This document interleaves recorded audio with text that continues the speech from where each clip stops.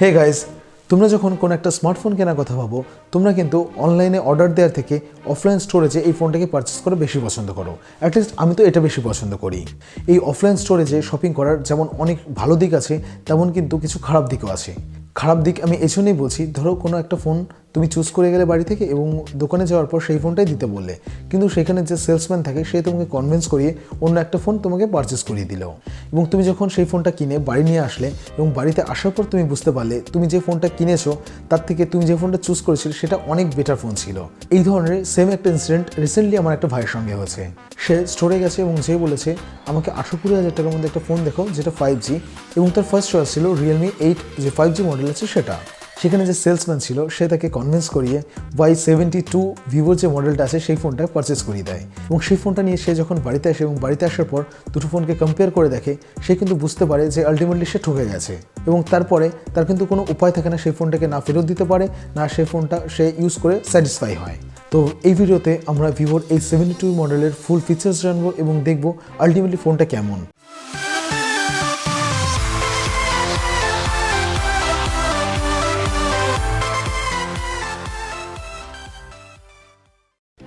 Guys, আমি এই ফোনটার কথাই বলেছিলাম, ভিভোর Y72 5G।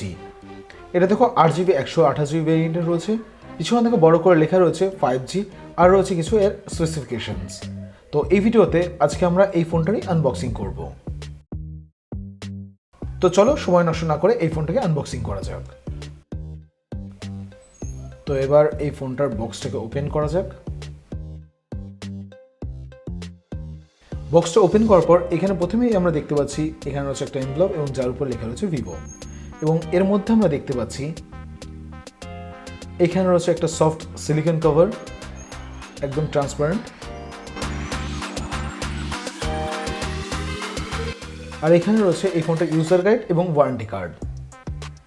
তো চলো, এটা আপাতত আমাদের কোনো কাজে লাগছে না, এটাকে সাইড করে রাখি। এখানে আমরা দেখতে পাচ্ছি এখানে রয়েছে আমাদের ফোনটা, তো এটাকে আপাতত সাইডে রাখছি। দেখে নিই আর কি আছে বক্সের মধ্যে। এখানে হচ্ছে আইএমআই স্টিকার, যেটা অনেক দোকানদার আছে যারা ম্যানুয়াল বিল করার সময় এই স্টিকারটিকে চিপকে দেয়। এবং এখানে আমরা দেখতে পাচ্ছি এখানে রয়েছে একটা অ্যাডাপ্টার, চার্জিং অ্যাডাপ্টার। এটা রয়েছে 5V 2A এবং 9V 2A। বিকজ এই অ্যাডাপ্টারটা দিয়ে তোমরা যদি এই ফোনটাকে চার্জ করো মোটামুটি তোমাদের টাইম লাগবে 1.5 ঘন্টার মতো। তো চলো এটাকে আপাতত সাইড করে রাখি।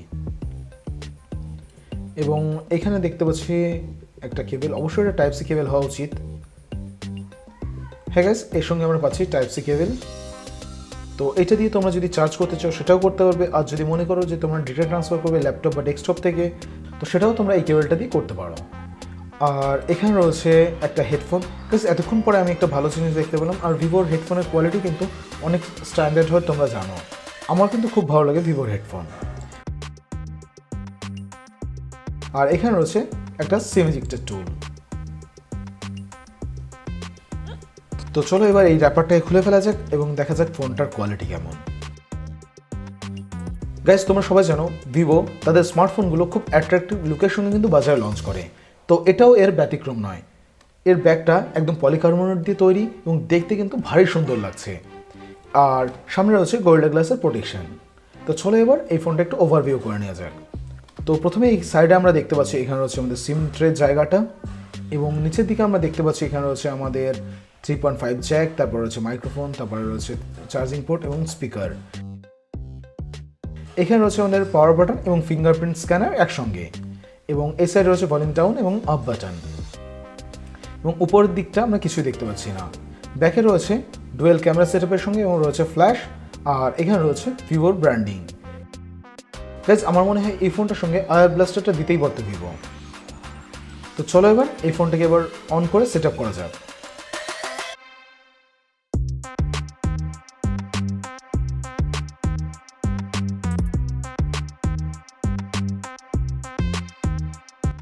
ফাইনালি আমাদের ফোনের সেট আপ কমপ্লিট হয়ে গেছে। গাইজ, চলো প্রথমেই জেনে নেওয়া যাক এই ফোনটার ডিসপ্লে সম্বন্ধে।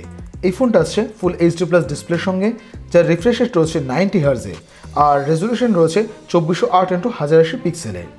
আর যদি এই ফোনটার ডিসপ্লে সাইজের কথা বলি, এই ফোনটার ডিসপ্লে সাইজ রয়েছে 16.71 সেন্টিমিটার, মানে 6158 ইঞ্চেসের। গাইস এই বাজেটের মধ্যে তোমরা কিন্তু এমন অনেক স্মার্টফোন বাজারে পেয়ে যাবে যারা কিন্তু সুপার অ্যামোলেড ডিসপ্লের সঙ্গে আসে।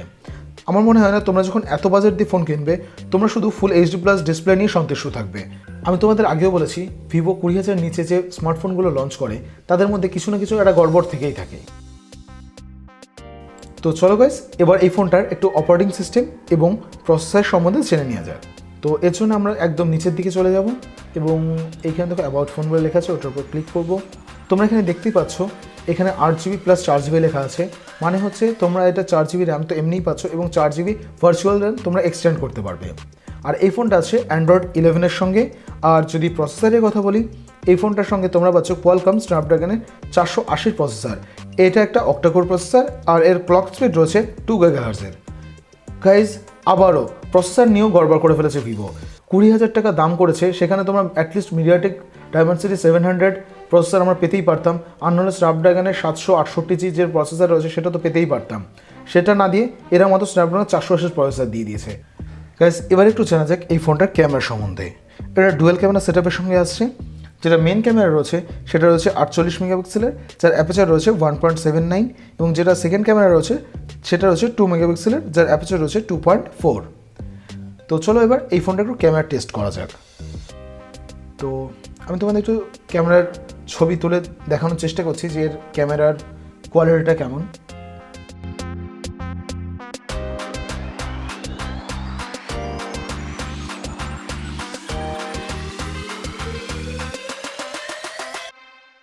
তোমরা এখানে দেখতেই পাচ্ছ গাইস, আমার মনে হয় না এই ফোনটার ব্যাক ক্যামেরা নিয়ে তোমাদের কোনো প্রবলেম ফেস করতে হবে।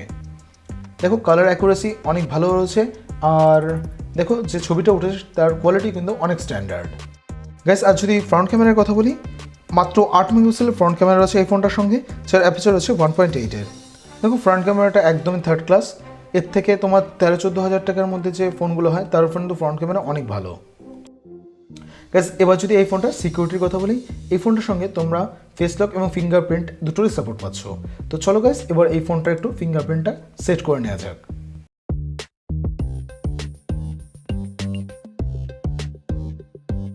তোমরা দেখতেই পাচ্ছ ফিঙ্গারপ্রিন্ট স্ক্যানারটা ঠিকঠাক কাজ করছে, জাস্ট টাচ করার সঙ্গে সঙ্গে ফোনটাকে আনলক করে দিচ্ছে। তো আমার মনে হয় না ফিঙ্গারপ্রিন্ট স্ক্যানার নিয়ে তোমাদের কোনো প্রবলেম ফেস করতে হবে। গাইস এই ফোনটা আসছে 5000 mAh এর ব্যাটারির সঙ্গে। তোমরা ব্যাটারি ব্যাকআপ এই ফোনটাতে ঠিকঠাকই পাবে।